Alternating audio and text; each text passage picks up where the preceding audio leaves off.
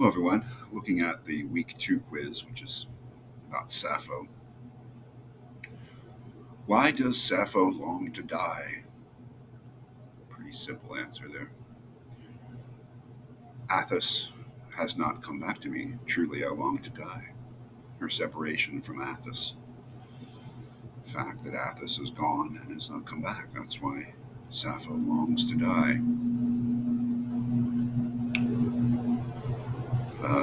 Let's see. What does Sappho think about when she thinks about Athos? Interesting, I think, what she does think about.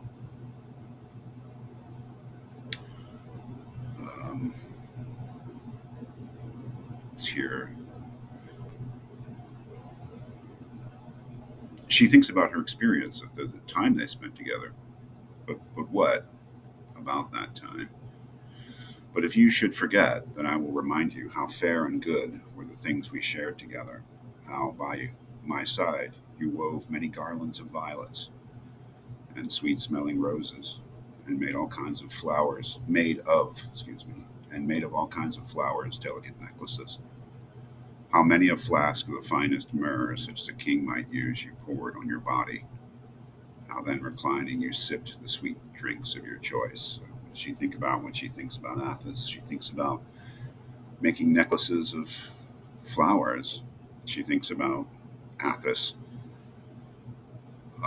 putting myrrh, which is a kind of fine oil, on her body and sipping the sweet drinks of her. It was all very erotic. I mean, she thinks about Athos. She thinks about very sensual things.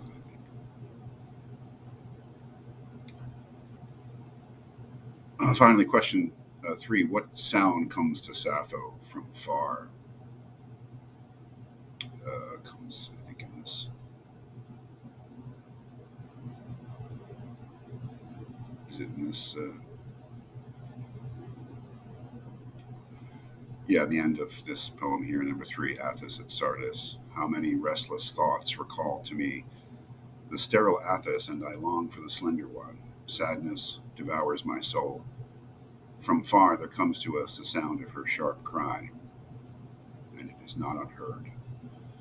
So what comes to her from afar, the sound of her sharp cry, the sound of Athos's sharp cry. This is a very simple quiz. I think when it comes to Sappho, the power of the poetry is there. It's not, it's really about letting it sink in. So really very straightforward questions this week, I think.